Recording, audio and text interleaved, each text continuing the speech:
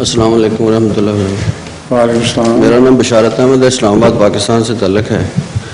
تو میں 2 مہینے ہونے لگے ہیں، 24 کو جاؤں گا میں واپس۔ کس طرح آئے؟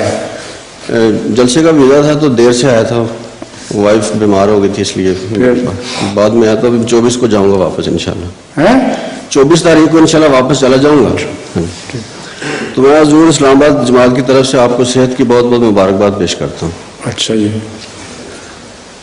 سورۃ الحدید، اعوذ باللہ من الشیطان الرجیم، بسم اللہ الرحمن الرحیم۔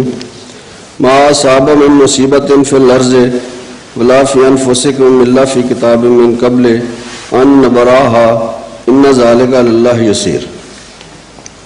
ترجمہ ہے، زمین میں کوئی مصیبت نہیں آتی اور نہ تمہاری جانوں پر کوئی مصیبت آتی ہے، لیکن اس کے ظہور سے پہلے ہم نے اسے مقرر کر دیا ہوتا ہے۔ اس سے پہلے ہم نے اس کے ظہور سے پہلے ہم نے اسے مقرر کر دیا ہوتا ہے۔ ٹھیک ہے۔ یہ بات اللہ کے لیے بالکل آسان ہے۔ تو حضور اگر ہر چیز پہلے ہی اللہ تعالیٰ نے سیٹل کر دی ہے تو پھر مصیبت کے ٹلنے اور قبولیت دعا کے بارے میں کچھ ارشاد فرمائیں۔ یہ 2 باتیں ہیں، ایک تو ہے تقدیر کے مطابق چیز نازل ہوتی ہے، مصیبت جو نازل ہے وہ اللہ کے حکم کے ساتھ نازل ہوتی ہے، اور ایک اس کا مطلب یہ ہے کہ اللہ تعالیٰ کو علم ہے کہ چیز کوئی تقدیر کے مصیبت کب نازل ہوگی اور کیسے نازل ہوگی، اور اس میں 2 مختلف پھر آگے حصے ہیں۔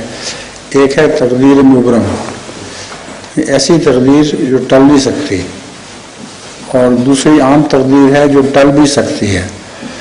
تو اسی وجہ سے فرمایا دعا اور صدقے کا حکم ہے۔ وہ تقدیر جو ٹل سکتی ہے وہ دعا اور صدقے سے ٹل سکتی ہے، اور یہ رسول اللہ صاحب کا حکم ہے کہ دعا بھی کرو اور صدقہ بھی دو، اور جو ٹل نہیں سکتی وہ مجبوری ہے، وہ انسان بے اختیار ہے۔ بہت شکریہ سر، السلام علیکم۔ وعلیکم السلام۔